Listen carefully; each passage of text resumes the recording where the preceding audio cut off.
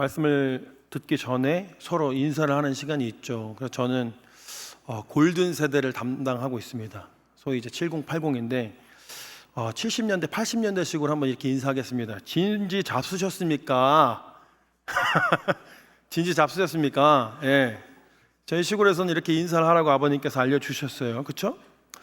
식사하셨습니까? 라는 뜻이죠. 그렇죠?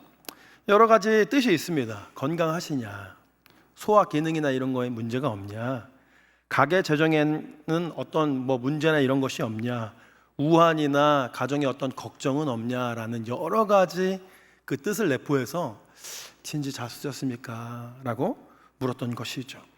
오늘은 이 어떻게 보면 우리가 즐겨 먹는 이 식사와 관련된 오병이어에 대한 이야기를 한번 해보려고 합니다.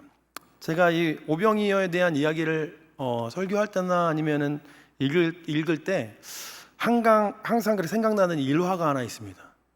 지금으로부터 한 200년 전에 영국에서 실제로 있었던 일인데, 추수감사절 때 하나님께 드리는 것이 복되다 이런 설교를 목사님이 하시니까 다 나와서 이렇게 뺑뺑 돌면서 헌금 바구니에 하나씩 이제 헌금을 하고 들어가는 어떤 순서가 있었다고 하죠. 근데 어린아이가 하나님께 너무 드리고 싶은데 드릴 게 없으니까 자기가 헌금 바구니 안에 들어갔다는 거죠. 쏙 들어갔다는 거죠. 근데 누구도 이제 혼내지는 않고 그렇게 예배가 다 끝난 다음에 목사님 물었다고 하는 겁니다. 너 거기 왜 들어갔니?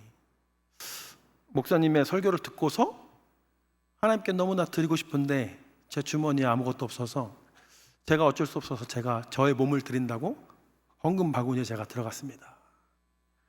그런데 이 오병이어와 같이 어떻게 보면 보잘것없고 아이의 어떤 충동적인 이 헌신을 하나님이 받아주십니다.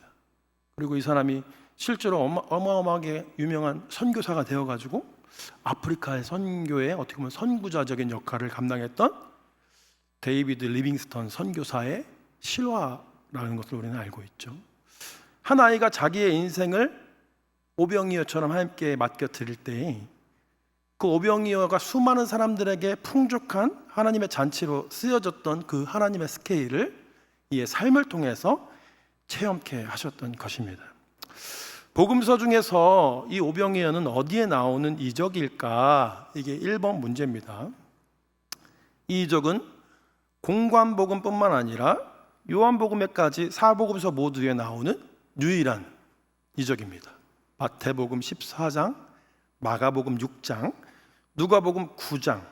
그래서 오늘 읽은 요한복음 6장까지 사복음서에 모두 등장하는 이 오병이어의 이적은 예수님이 하신 이적 중에서 유일한 이적이다라는 것이죠. 왜 이 모든 이 사복음서에 다 들어가 있을까 생각해 봤을 때 예수님이 보여주셨던 그 이적 중에서 가장 대표적이고도 사람들에게, 제자들에게 강력한 그런 인상을 남겼을 것이다 라고 우리가 충분히 추측해 볼 수가 있는 것입니다. 여러분, 먹는 것이 별것 아닌 것 같지만 그 먹는 거 가지고 마음이 상하면 진짜 오래 갑니다. 그렇죠? 먹는 거 가지고 이렇게 삐지면 진짜 오래 가요. 왜일까요? 먹고 마시는 것이 사람에게 그 먹고 마시는 것 그 이상의 중요한 뜻, 함의가 있기 때문입니다. 예수님께서도 무엇을 먹을까, 무엇을 마실까 염려하지 말라 말씀하셨듯이 사람들은 이 먹고 마시는 것에 지대한 관심을 가지면서 살아가요. 그리고 때로는 자존심을 넘어서 목숨을 걸고 싸우기까지 합니다. 그래서 이런 싸움을 뭐라고 우리가 통칭을 하죠? 밥그릇 싸움. 밥그릇이 걸린 싸움에는 생명을 거는 겁니다. 그렇죠? 왜요? 먹고 마시는 것이 인간이 살아가는 데 있어서 매우 중요하다라는 것입니다. 오늘 이 먹는 것에 대해서 이적에 대한 이야기를 다루는데 신기한 건 뭐냐면 예수님이 우리가 먹고 마시는 거에 대해서 전혀 관심이 없으실 것 같지만 얘들아 먹고 마시는 게 뭐 그렇게 중요하니? 라고 말씀하시는 것 같지만 오늘 본문을 통해서 알 수 있는 것은 예수님이 우리가 먹고 마시는 거에 지대한 관심을 갖고 계신다라는 것입니다. 자, 두 번째, 이적의 종류는 우리 이 세 가지의 이적 중에서 어디에 해당할까요? 뭐죠? 이제 다 아시죠? 자연이적이죠. 자연이적. 세 번째 질문입니다. 그래서 이적의 내용에 대해서 한번 들어가기 원하는데 1번 문제입니다. 큰 무리가 자기에게로 오는 것을 보시고 예수님은 빌립에게 무엇라고 말씀하십니까? 라고 나오죠. 오늘 본문의 5절에서 6절 말씀 우리가 함께 읽겠습니다. 시작. 예수께서 눈을 들어 큰 무리가 자기에게로 오는 것을 보시고 빌립에게 이르시되 우리가 어디서 떡을 사서 이 사람들을 먹이겠느냐 하시니 이렇게 말씀하심은 친히 어떻게 하실지를 아시고 빌립을 시험하고자 하심이라. 예수님은 당시에 인기가 정말 많았습니다. 슈퍼스타입니다. 슈퍼스타. 예수님이 떴다 하면 구름대 같은 군중들이 예수님을 막 따라다녔어요. 마가복음의 오늘 평행 구절을 보니까 예수님이 배를 타고 움직이시는데 그 동선을 따라서 사람들이 예수님이 어디 가실지를 미리 예측하고 큰 무리가 예수님보다 먼저 가 있었다라고 증거하고 있습니다. 오늘 본문은 이 모습을 큰 무리가 자기에게 오는 것을 보시고라고 하신 이 말씀을 통해서 그거에 대한 설명을 하고 계신 거예요. 그리고선 이 무리가 막 나오니까 빌립이란 제자에게 이렇게 묻습니다. 우리가 어디서 떡을 사서 이 사람들을 먹이겠느냐 물으십니다. 그런데 6절은 예수님이 하필 그 12명 가운데서 이 빌립 가운데 이 질문을 하고 계시는데 그거에 대한 해답을 빌립을 시험하기 위해서 일부러 이런 질문을 던지셨다라고 던지고 있는 것이죠. 왜 이런 질문을 했을까? 그것은 우리 이 질문에 대한 대답은 빌립의 대답을 통해 알 수가 있는데 7절을 통해서 우리가 함께 알아가 보도록 하겠습니다. 7절 말씀입니다. 빌립이 대답하되 각 사람으로 조금씩 받게 할지라도 200데나리온의 떡이 부족하리이다. 예수님이 물어보시니까 빌립이 바로 대답하는 거예요. 예수님의 질문에 즉문즉답. 얼마나 기막히고 빠르고 정확하게 계산해서 딱 알려주는지 그가 머리가 좋고 셈이 빠른 사람이었다는 것을 우리는 알 수가 있는 것입니다. 빌립이 예수님 200데나리온이 더 필요합니다라는 단순한 계산에 대한 어떤 보고라기보다 도저히 많은 사람들을 먹이는 것이 불가능합니다라는 판단까지도 포함된 대답이었던 것을 우리는 유추할 수 있다라는 것입니다. 그래서 빌립의 말은 이렇게 바꿔서 말할 수 있습니다. 주님, 200데나리온이 넘는 돈이 필요한데 지금 우리 현실에선 도저히 그것을 만들어낼 수가 없는 불가능한 액수 아닙니까? 또는 주님, 그 많은 떡을 지금 어디서 구해오란 말씀이십니까? 라는 이 두 가지의 부정적인 의미를 가지고 있다라는 것입니다. 현실적인 빌립은 예수님을 따라다니면서 수많은 이적과 기사를 직간접적으로 체험하고도 믿음이 없었기 때문에 자신을 제한하고 주님의 능력을 제한하면서 자기의 똑똑한 그 머리로 예수님이 행하실 그 이적을 바라보지 못하고 자기의 눈을 가려버리게 만들었던 것입니다. 이런 빌립의 성격과 이성적인 성격과 성향을 정확히 간파한 주님이 빌립을 깨닫기 위한 그 목적을 가지고 그를 시험하셨다라고 오늘 성경은 기록하고 있는 것이죠. 오늘날에도 이런 빌립과도 같은 분들이 있을까요? 없을까요? 그거 안 돼. 해봐야 하나? 안 돼. 현실적으로 좀 생각을 한번 해봅시다. 뭐 그게 수지타산인 게 맞나 그게? 그렇죠? 이런 쉬운 방법이 있는데 왜 그렇게 어려운 방법으로 가야만 하는지에 대해서 의문을 제기하고 남들이 하는 섬김과 믿음조차도 냉소적인 자세로 비판하면서 판단하는 사람들이 많이 있다라는 것입니다. 그러면서 하나님의 사역에 가장 방해가 되는 요소가 무엇일까 생각을 해봤습니다. 그것은 때로는 비합리적인 생각보다는 합리적인 생각일 수가 있겠다.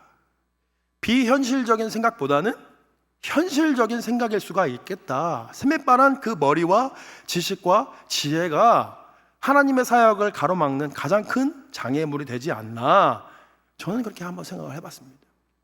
성경에서 합리적인 것과 가장 거리가 먼 말씀이 무엇일까? 저는 마태복음 18장 12절이 그 좋은 예라고 생각합니다. 만일 어떤 사람이 양 100마리가 있는데 그 중에 하나가 길을 잃었으면 그 99마리를 산에 두고 가서 길 잃은 양을 찾지 않겠느냐. 양 99마리와 길 잃은 멍청한 양 1마리. 여러분, 이게 비교가 되는 비유입니까? 멀쩡하고 말 잘 듣고 똑똑하고 길도 안 잃고 공동체성을 유지하는 양 99마리랑 어디 그냥 멍청해서 어디 주인이 가는 것도 알지 못하고 어디서 지금 있는지 알지 못하는 그 1마리 양, 이게 비교가 될 수 있는 비유냐라는 것이죠. 영상에서는 항상 이 길 잃은 양은 새끼 양으로 나옵니다. 새끼 양 그거 하나 있으나 없으나 한 거 아니에요. 사실 어미 양도 아니고, 합리적으로는 이것이 비교가 가능한 이야기가 아닙니다. 근데 99마리의 그 양을 마태복음에서는 산에 버려두고 누가복음에서는 들에 버려두고 예수님이 찾는다고 말씀하세요. 언제까지 찾는지 아십니까? 나중에 한번 찾아보세요. 1마리를 찾아낼 때까지 찾아다니지 않겠느냐. 1마리를 찾아낼 때까지. 사실 이 비유는 양에 대한 비유가 아닙니다. 영혼에 대한 비유죠. 그렇죠? 예수님에 대한 말씀은 사실 자식을 잃어버린 부모에 대한 다큐가 있어요. 그걸 보면 이 비유가 뭔지 명확하게 압니다. 부모가 이 미성년자 아이들을 잃어버리잖아요. 생업도 다 포기하고 10년, 20년, 30년 그 아이를 찾아서 전국 방방곡곡을 다 돌아다닙니다. 왜? 이 아이가 없으면 내가 살아갈 이유와 목적이 없기 때문에. 그렇죠? 사실 여러분, 교회만큼 비합리적인 집단이 어디 있습니까? 여기는 효율을 위해서 존재하는 세상의 회사들과 정반대의 길을 걸어가는 곳 아닙니까? 허비와 자기 비허로 자신의 인생과 생명을 바쳐 죽으신 예수 그리스도의 핏값으로 사신 거룩한 터가 바로 교회인 것입니다. 아멘. 예수 그리스도의 사랑과 절대적인 헌신을 닮아 합리적인 계산이 무용지물이 되어버리는 곳, 그래서 세상이 비길 수 없고 이길 수 없는, 세상의 능히 감당할 수 없는 참된 은혜가 넘쳐나는 것이 바로 교회다라는 것입니다. 결론적으로 빌립의 합리적이고 빠른 계산이 사실은 예수님의 신적인 권능을 나타내는 데에 도움이 된 것이 아니라 오히려 방해가 되었다는 사실을 우리는 잊지 말아야 하는 것입니다. 3번 문제입니다. 그런데 이때 제자 중 안드레가 예수님께 뭐라고 구합니까? 8절에서 9절 말씀 함께 읽겠습니다. 시작. 제자 중 하나 곧 여짜오되 여긴 한 아이가 있어 보리떡 5개와 물고기 2마리를 가지고 있나이다. 그러나 그것이 많은 사람에게 얼마나 되겠사옵나이까. 요한복음의 특징은요, 제가 다른 공간복음에 대해서 사복음서를 다 보니까 공간복음인 마태, 마가, 누가는 오병이어라는 그 사물에 집중합니다. 이적을 일으킨 물건, 그 대상에 집중해요. 근데 이 요한복음은 유일하게 한 아이의 헌신과 섬김과 희생과 그 영혼에 집중하는 것을 볼 수가 있습니다. 당시의 어린아이는 5,000명의 그 수요에 치지도 않았어요. 그렇죠? 5,000명이라고 할 때 이 5,000명 중에 어린아이와 여자는 들어있지 않은 겁니다. 큰 장성한 장정만 5,000이 되었다는 것인데, 공간복음은 어쩌면 그런 문화적인 관점에 따라서 어린아이를 배제하고 그냥 오병이어의 사건에 대해서만 다뤘던 것을 볼 수가 있어요. 근데 나중에 요한복음이 가장 늦게 기록이 되었기 때문에 예수님의 관점에서 이 사건을 계속 묵상하고 생각한 거죠. 그럴 때 예수님이 한 아이의 섬김과 희생에 집중하셨다는 사실을 요한복음은 기록하고 싶었던 것입니다. 그런데 그곳에 어린아이뿐만 아니라 1만 명이 넘는 많은 어른들이 있었을 거예요. 그렇죠? 1만 명이 넘는 어른들이 있었는데 그 중에 한 아이만 이 도시락을 가지고 나온 겁니다. 이것을 통해서 우리는 수요가 중요한 것이 아니라, 연륜과 경험이 중요한 것이 아니라 중심이 중요하다. 1만 명이 넘는 교회가 우리 나라에도 많이 있죠. 그렇죠? 1만 명이 다 예배드리고 가지만 실질적으로 그 중심에서 예수님을 찾는 사람은 몇 명이나 될 것인가? 우리가 어린아이까지 1000명이 넘는 사람들이 예배를 드리고 돌아가는데, 그 중에서 진짜 하나님을 찾고 하나님께 진심으로 다가가는 사람은 몇 명이나 될 것인가? 저는 제가 전도사 시절부터 정말 아직까지도 계속 제가 사역지를 옮길 때마다 항상 성경 공부를 할 때마다 쓰는 예화가 하나 있어요. 빨간 우산 예화라고 여러분 아십니까? 빨간 휴지도 아니고 손수건도 아니고 빨간 우산 예화예요. 빨간 우산주. 옛날에 이제 미국에서 당시에 가뭄이 상당히 많이 깊게 들어가지고 사람들이 그때 당시에 교회에 모여가지고 하나님께 비를 내려달라고 기도하자. 그러니까 몇 날 몇 시에 모여서 우리가 기도하자, 부흥회하자 하니까 어떻게 이제 먹고 사는 문제가 달렸으니까 구름대 같이 한 200명 넘는 사람들이 모였다는 거예요. 하나님 비를 내려주세요. 우리 다 죽습니다. 막 기도했는데 집회가 끝나갈 때쯤에 막 장대비가 같은 비가 막 하늘에서 막 내리더라는 거죠. 사람들이 박수를 치고 환호를 하고 막. 근데 다 중요한 건 뭐냐면 집에 못 들어가고 있는 거예요. 그때 한 아이가 그 어른들 사이를 비집고 나와서 빨간 우산을 하나를 쫙 펴고 자기 혼자 집으로 돌아가더라는 것이죠. 200명이 넘는 사람들이 기도를 했지만, 하나님이 그 모든 기도를 다 들으셨겠지만, 진짜 하나님의 마음을 움직인 것은 어떤 기도였을까? 그렇죠? 10,000명이 넘는 사람들이 다 거기 온집회에 있었고 수많은 어른들도 있었지만, 예수님이 계속 가르치시고 말씀으로 하셨지만, 한 아이의 그 헌신, 이것이 바로 빨간 우산을 펼치고 가던 그 어린아이와 오버랩돼서 보이는 것은 이것입니다. 사실입니다. 아까 우리가 읽은 어떤 그 성경의 대답 속에서 우리는 안드레의 긍정적인 역할을 찾아볼 수가 있습니다. 그는 큰 역할은 아니지만 한 어린 아이의 헌신을 묵과하지 않고 작은 오병이어 도시락을 주님께 연결해 주는 역할을 감당했습니다. 안드레가 이 아이를 데리고 오면서, 주님, 여기 어린아이 1명을 데리고 왔습니다. 그리고 여기 이 아이가 가져온 도시락이 있습니다. 이 보잘것없는 것을 주님의 손에 맡겨드립니다. 이 안드레의 중간의 역할을 잘 감당했을 때 한 아이의 오병이어 도시락과 더불어 놀라운 기적을 일으키는 원동력이 되었던 것을 우리는 잊지 말아야 하는 것입니다. 마치 바나바가 바울을 주님께로 잘 인도했듯이, 우리가 어떤 큰 일을 이루지 못하더라도 중간자적인 매개자의 역할이 되어서 주님께로 인도하는 사람이 될 수 있다라는 것입니다. 근데 안드레에게서 발견할 수 있는, 어떻게 보면 긍정적이지 못한 그 부정적인 역할 또한 있습니다. 한 아이, 오병이어, 이 모든 것은 어떻게 보면 비효율성을 상징하는데, 안드레도 이것을 예수님께 그대로 묻습니다. 예수님, 이것이 얼마나 되겠사옵나이까? 이 라는 안드레의 그 질문 안에는 어른들의 시각에서 볼 때 보잘것없는 것, 쓸모없는 것, 충분치 못한 것, 자격 미달의 꼬리표가 자연스럽게 달려져 있다라는 것입니다.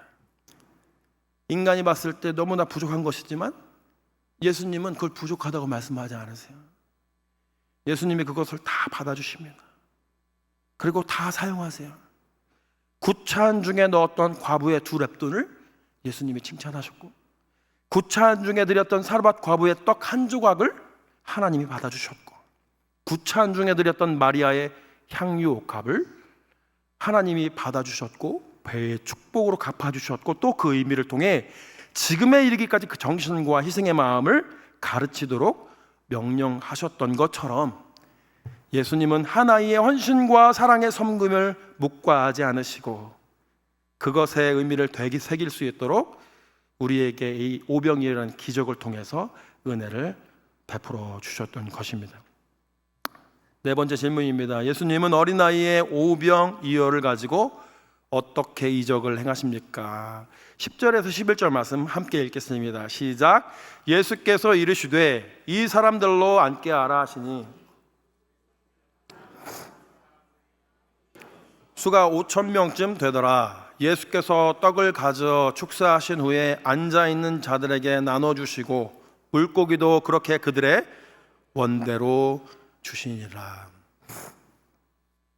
공간복음 살펴보면요, 죽음의 시각은 어둑어둑해져가는 그 저녁 때였습니다. 사람들은 예수님을 졸졸 따라다니면서 말씀을 듣고 병 고침의 이적을 바라보면서 육적으로는 매우 허기진 상황 가운데 놓여있던 것을 우리는 유추할 수 있습니다. 그런데 마가복음을 보면 제자들도 쉬어야 할 만큼 기진했고 음식을 먹을 겨를이 없이 온종일 일했기 때문에 같이 동행하셨던 예수님도 동일한 상황 가운데 놓여져 있을 것이다 우리는 가늠할 수가 있는 것입니다.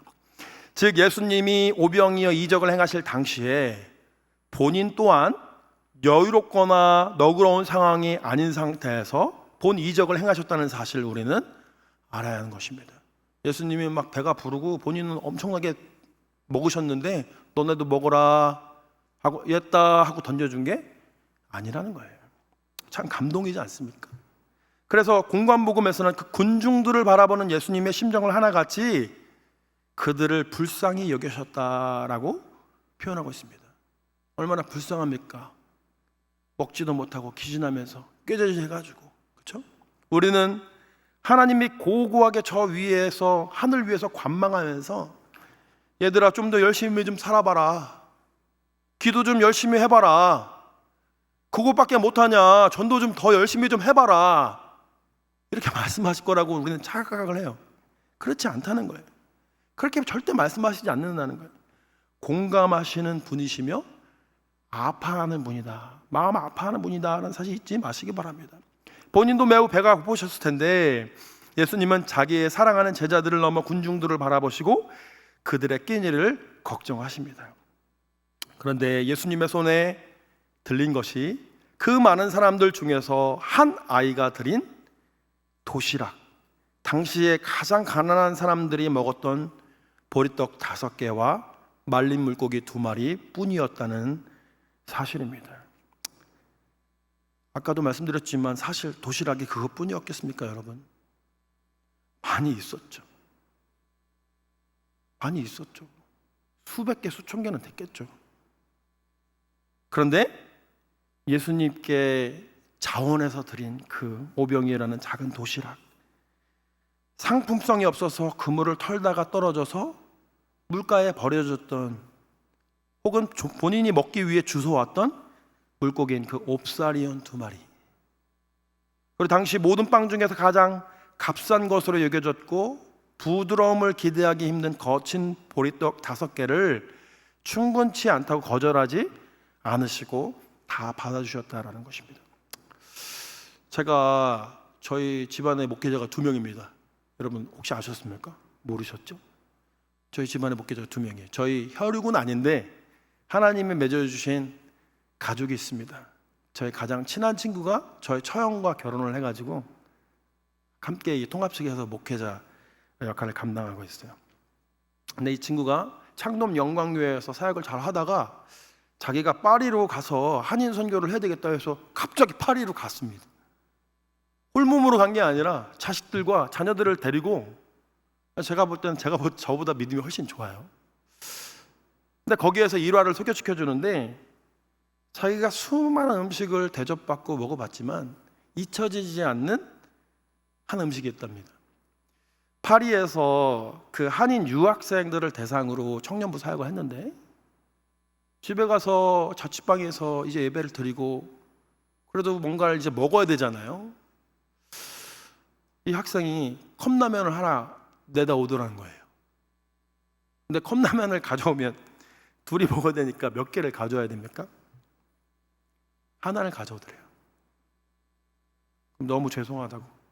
근데 둘이 막 눈물을 흘리면서 도저히 먹을 수가 없더래요. 이 사람에게는 이게 가장 귀한 것을 대접한 거잖아요. 근데 자기는 그때 받았던 그 컵라면이 아직도 잊혀지지 않고 자기가 자기 인생 가운데 받았던 대접 가운데 가장 귀한 대접이라고 생각한다고 본인 그렇게 고백하는 것을 들은 적이 있습니다.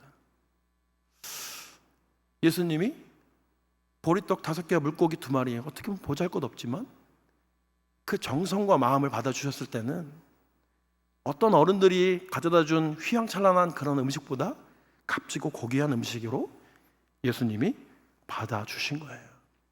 주님이 제자들로 하여금 5,000명, 장정만 5,000명의 사람들을 50명, 100명씩 무리지어 앉게 하시고 그리고 손을 들어 축사하신 이후에 제자들에게 그리고 제자들의 손을 통해서 백성들에게 전달해 주십니다. 이 모습을 한번 상상해 보면은 떠오르는 게 이미지가 있지 않나요, 여러분? 예수님이 뭘 주고 제자들이 받아서 또 백성들에게 나눠주고 뭐가 생각나요? 생각 안 나세요? 성찬식 생각나지 않으세요? 담임 목사님이 축사하고 떡을 떼가지고 막 쭉 나눠주잖아요. 계단이 2층 높습니다. 그런데 막 달려가가지고 사람들한테 나눠주잖아요. 그렇죠? 그런데 그거에 순종해서 제자들도 무리들이 먹을 만큼 충분하게 나눠주라고 하십니다. 그런데 제자들이 그 말에 어떻게 했냐면 말도 안 되는 그 말인데 순종했어요. 순종했다는 겁니다. 예수님의 공생의 사역의 첫 이적 가나안 혼인잔치에서 예수님이 뭐라고 합니까? 항아리에 물을 채워 나눠주라고 해요. 그 명령하신 말씀에 순종했는데 어떻게 순종했냐? 요한복음 2장을 보니까 아구까지 채웠다라고 말을 해요. 더 이상 채울 수 없을 만큼 온전히 순종했다라는 것이죠. 6개나 되는 그 물 항아리에 여러분 지금처럼 뭐 호수를 틀면 호수로 쭉 하는 것도 아니고 물동이를 길어다가 그거를 아구까지 다 채운 거예요. 미련하게.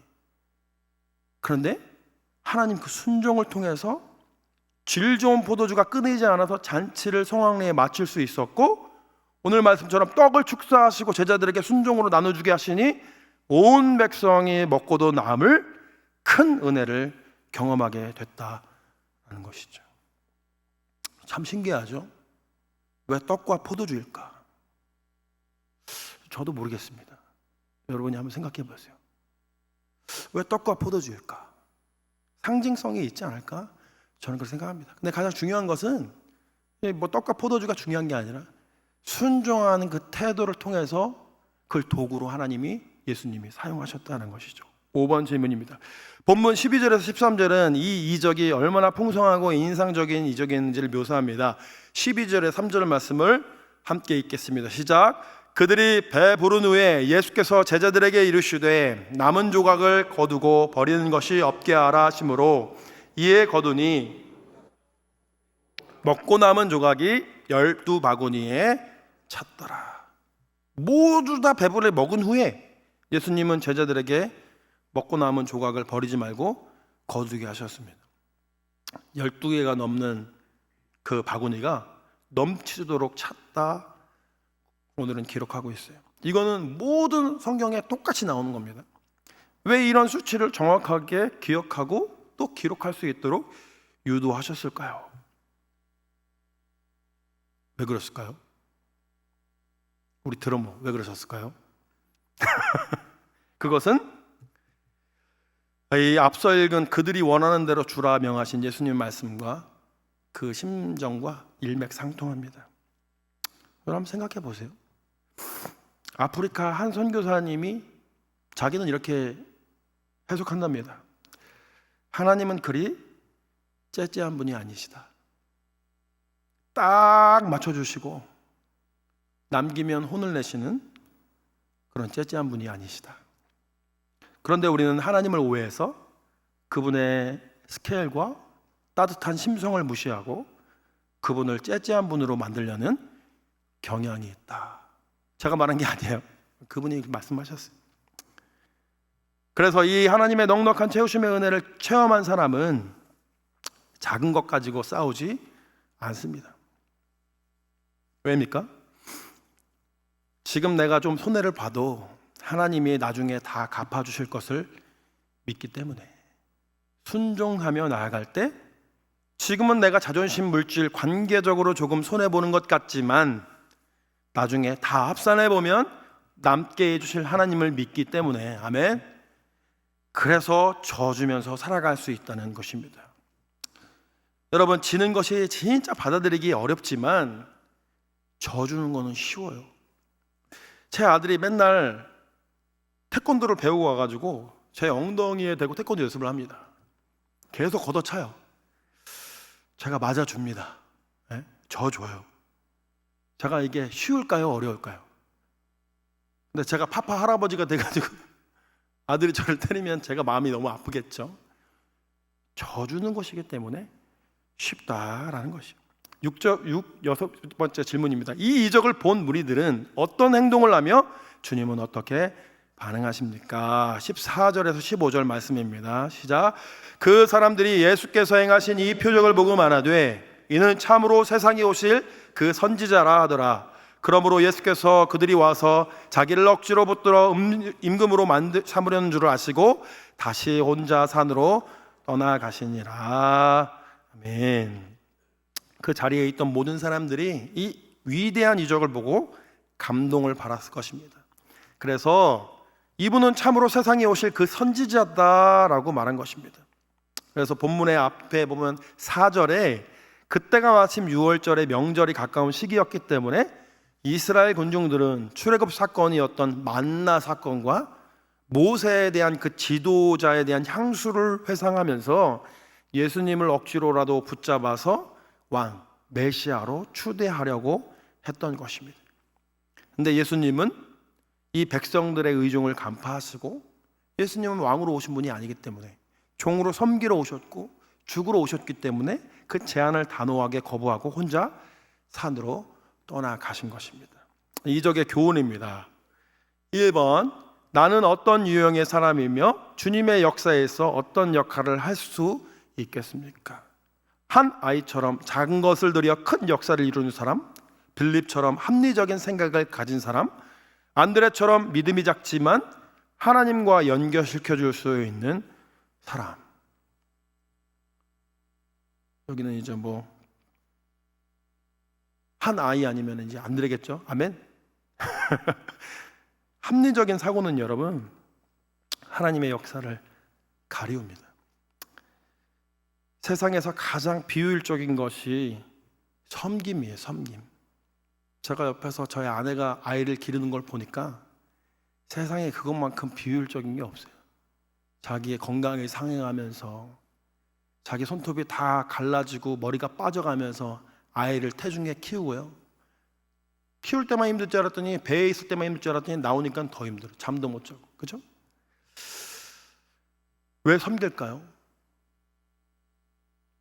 그거 예수님의 섬김을 닮았기 때문입니다. 제가 어머니가 이제 병약하시기 때문에 혼자 병원에 가기가 건강이 힘드세요. 밤에 저번에는 수요 예배 끝나고 어머니 이제 모셔다 드리고 왔더니 12시가 넘어요. 그리고서 돌아오면 내가 골든 세대에 하나님 나에게 맡겨주셨는데 그래, 이분들도 똑같은 마음으로 더 섬겨야 되겠다. 이분들 어쩌면 살아온 날보다 적을 텐데 어떻게 보면 이분들도 내가 부모처럼 섬겨야 되겠다, 이런 생각을 하게 돼요. 교회가 어떤 곳이냐? 가족 같은 건 아닙니까? 그렇죠? 예수 그리스도의 사랑과 섬김이 넘쳐나는 곳. 그래서 예수님의 사랑, 양 99마리를 버려두고 한 마리를 찾아 헤매는 비효율이 넘쳐나는 곳, 섬김이 넘쳐나는 곳, 그것이 교회가 아닌가. 두 번째 질문입니다. 지금 나에게도 오병이어의 기적이 필요하지 않습니까? 지금 나의 현실은 지극히 부족하고 연약하나 주님이 이를 가지고 축사하시면 차고 넘치는 이적이 일어날 줄 믿습니다 라고 나오죠. 그렇죠? 우리가 주님께 맡겨드려야 할 것들은 뭐가 있는가? 오늘 말씀의 포인트는 딱 두 가지예요. 헌신, 드림과 두 번째 순종입니다. 헌신에 대해서 먼저 말씀드리면은, 드림에 대해서 말씀드리면, 보잘것없는 것도 그 마음을 받아주시는 그 하나님, 서민의 음식 중에서 가장 값싼 식재료로 기쁨의 잔치, 연회를 만들어주신 예수님께 우리가 드려야 될 마음과 정성이 무엇인가? 그래서 오늘 설교 중에 나왔던 단어로 설명해 드리자면, 나의 보리떡과 옵사리오는 무엇인가? 나의 컵라면은 무엇인가? 작고 보잘것없지만 드렸을 때 하나님 마음을 감동시킬 수 있는 그 진정성, 그건 무엇일까? 두 번째는 순종인데, 가나 혼인잔치와 오병이어의 그 제자들의 순종을 본받자. 순종은 기적을 낳는다. 그러면 순종이란 여러분 뭘까? 내 손에 움켜쥐고만 있지 말고 하나님께 맡겨드리는 거, 그게 순종이잖아요. 하나님 시키신 대로, 오늘 말씀이 그거잖아요. 우리가 가지고 있는 것을 하나님께 맡겨드리는 거. 근데 있잖아요, 기도하러 와가지고 기도의 그 제목들을 바리바리 싸가지고 이 교회로 와요. 막 기도해. 하나님, 내가 이런 짐이 있습니다. 하나님, 이거 들어주세요. 그리고 나아갈 때 그 짐을 그대로 어깨에 메고 교회를 나간다는 거예요. 우리가 내려놓아야 될 그 마음의 짐, 하나님이 내려놓으라고 하잖아요. 수고하고 무거운 짐진 자들아, 다 내게로 오라. 내가 너희를 쉬게 하리라 말씀하셨음에도 내가 순종하지 못하고 있는 내 마음의 짐은 무엇일까? 생각해 보시기 바랍니다. 세 번째, 나는 혹시 나의 목적과 이익에만 주님을 이용하려 하는 사람이 아닌가요? 내 필요에 맞고 이익이 될 것 같으면 주님을 억지로 붙잡아서 임금 삼으려 하다가도 내 필요와 목적에 안 맞으면 언제든지 십자가에 못 박으라고 외칠 수 있는 모습이 우리의 모습이 아닌가요? 나오죠.